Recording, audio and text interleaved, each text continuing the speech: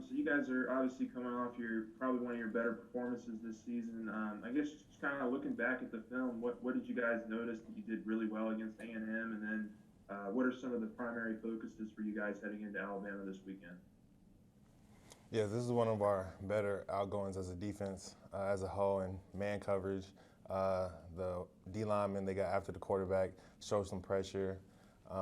We were good in game tackling and just going into Bama, we just want to build off of that and continue to thrive with the aspect of man coverage and getting after the quarterback and creating pressure on him on third downs, especially on third down, which we were, I think, like 2 for 13 on third down, so it was pretty good.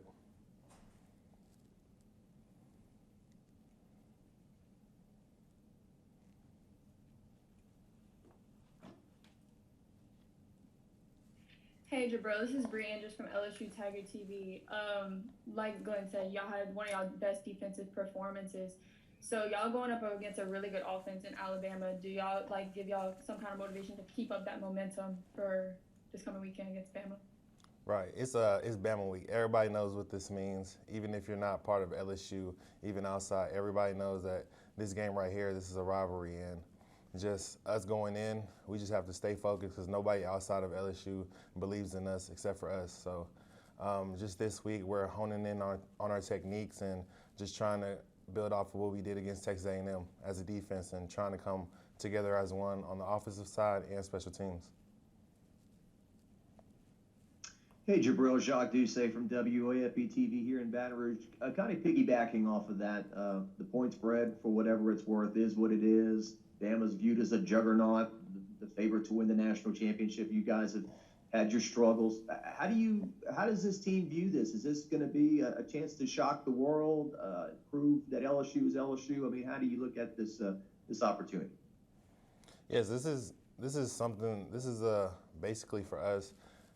This is kind of like what we want to accomplish as a whole is beating them, just to mess up their record and trying to prove that to everybody that LSU we're going in the right direction and building a championship program, just like Coach O said.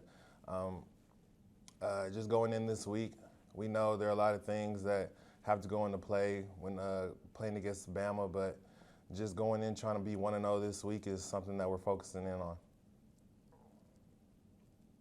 Hey, Jabril, you mentioned that defensive improvement on third down earlier. Over the last two games, I think y'all are 2 for 26 opponents are on third down. What has changed amongst y'all as a defense? What have y'all been doing differently that's made you so effective in those situations? Yes, the D linemen, they've been great on third down and getting after the quarterback and making them hurry and pressuring them to make quick decisions. And the back seven, we've been just focusing on knowing where our leverage is and where our help is to go ahead and shut down the receivers in which they want to have quick game and try to get to the sticks early on third down. So just basically as a whole, we've been focusing on our technique and continuing to thrive in that aspect. So obviously you guys go up against the receivers every day in practice, and I'm just kind of curious, obviously with Terrace's opt-out here, just who are a few guys that maybe you've noticed over the course of practice the last few weeks who have really kind of come into their own and maybe stepped up and are kind of ready to take on more of a heavier workload on that offense? Right, we have young guys who are very special. Kayshawn, Coy, Jere, even Eric, he can flex out into a wide receiver. Those four guys right there, they have big roles, and also John Trey, and stepping up even though Terrace's gone. But these next guys, I think they have an opportunity in front of them that they're going to make the most of it and continue to compete.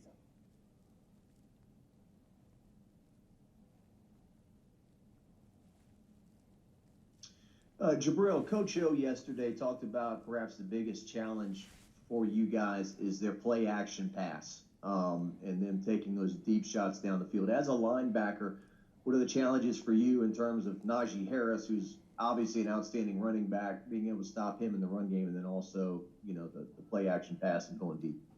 Right. I think for the play action pass, a part of it, I think we'll be able to stop them with our front six. And the back end guys, they focus more on the pass aspect of it. So continue to keep their eyes on the man. But our front six, if we continue to hone in on our gaps and continue to push through, we'll be able to shut that down. Jabril, Cordell got a lot of attention early this summer. Coach O said he's having a tremendous summer, and it took him a while really to have the game that he had this past week against Texas A&M. And Ed said it was what he had seen from Cordell over the summer. What did it do for y'all defensively to have someone who was playing like that in man coverage and have the other sort of really solid guy in the secondary? Yeah, to see Cordell, he had a great game this past, couple TFLs, pass breakups, almost an interception, but just seeing him play the way he has, it gave us confidence as a D to know, even as a D line, to get after the quarterback because you don't want them to have all day to throw, and also the cornerbacks, they're able to cover wide receivers one-on-one, so it gives you a sense of confidence as a whole on the defense from the front and also the backs and the cornerbacks and DBs. Obviously, one of the major matchups this weekend is going to be Derek going up against probably Devontae Smith for Alabama. I'm just kind of curious if you've been able to talk to Derek at all this week, and just kind of what his mindset has been, because this is obviously a big matchup for him. He kind of struggled a little bit last year against Alabama. I was just curious if he's talked with any of you guys about the matchup and all that. Yeah, Derek, he's a competitor. We know that Derek, he's one of the best. He is the best DB in the country, and just going against another top talent is something that Derek thrives off of. So Derek, he's been waiting for this matchup, and he's going to show everybody that he is really the top cornerback in the nation. Okay, thank you, Jabril.